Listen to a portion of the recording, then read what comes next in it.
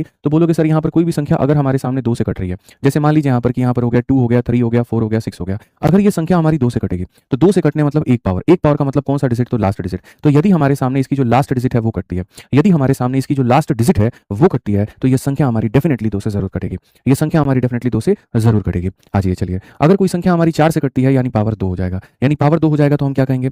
तो 4 से कटने का मतलब अगर मान लीजिए कि मैंने यहाँ पर जो होगा 1484 लिखा है और मैं चेक करना चाहता हूँ कि ये संख्या 4 से कटेगी या नहीं, तो 4 हमारा 2 का स्क्वायर होता है। स्क्वायर का मतलब अंतिम के 2 अंकों को देखिए। अंतिम के 2 अंकों को आप काट करके 4 से देखिए। अगर यहाँ 4 इसको काट रहा है तो समझ लेना पूरी संख्या कटेगी, और अगर 4 इसको नहीं काट रहा है तो मेरे भाई समझ लेना पूरी संख्या नहीं कटेगी। मतलब कोई संख्या चाहे 4 अंकों की हो, 5 अंकों की हो, 10 अंकों की हो, डज़न्ट मैटर, मैटर ही नहीं करता। अंतिम के 2 संख्या हमारे कट गए तो बच्चों पूरा का पूरा कटेगा, और अंतिम के 2 नहीं कटे तो कुछ भी नहीं कटेगा।